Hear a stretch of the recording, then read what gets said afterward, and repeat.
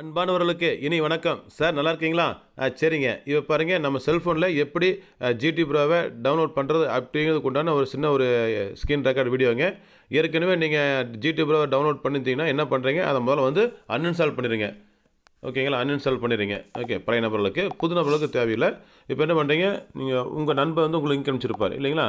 Link பாரு, இது மாதிரி கீழே கடைசியாக லிங்க் வந்துருக்குது பாருங்கள், இந்த லிங்க் அனுப்பிச்சிருப்பார். இதை அப்படியே டைரெக்டாக தொடாமல் அதை அப்படியே காப்பி பண்ணுறீங்க.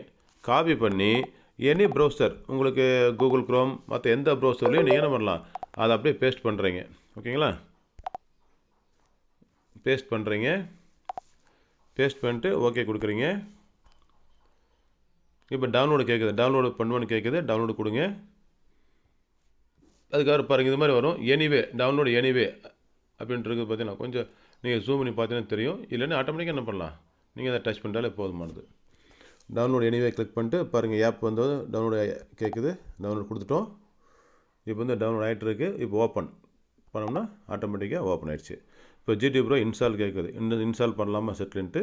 அதே மாதிரி நம்ம என்ன பண்ணுறோம், இன்ஸ்டால் கொடுக்குறோம். ஓப்பன் கேட்குது, ஓப்பன் கொடுத்தாச்சு.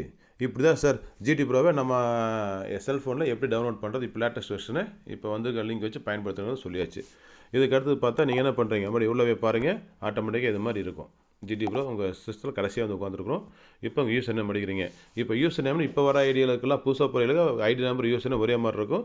பழைய நம்பர்களுக்கு வேறு மாதிரி வந்திருக்கும். அது என்ன வந்திருக்கோ யூசர் நேம் எடுத்து யூசர் நேம் தான் போடணும். ஐடி நம்பரை போட்டு ஓப்பன் ஆகாது. யூசர் நேம் போட்டுங்க. பாருங்கள், என்னுடைய யூசர் நேம் போடுறேன்.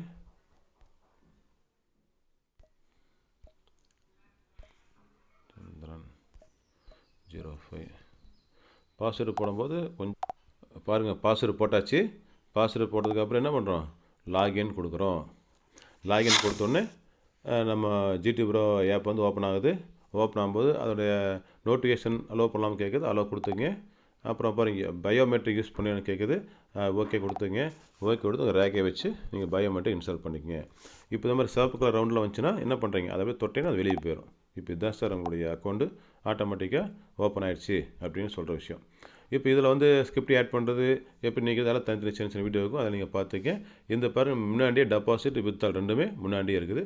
நீங்கள் டெபாசிட் பண்ணும்போது ஈஸியாக டெபாசிட் பண்ணிக்கலாம், வித்ட்ரா பண்ணி ஈஸியாக டெபாசிட் வித்ட்ரா பண்ணிக்கலாம். ஓகே சார், வாழ்த்துக்கள், நன்றி, தேங்க்யூ.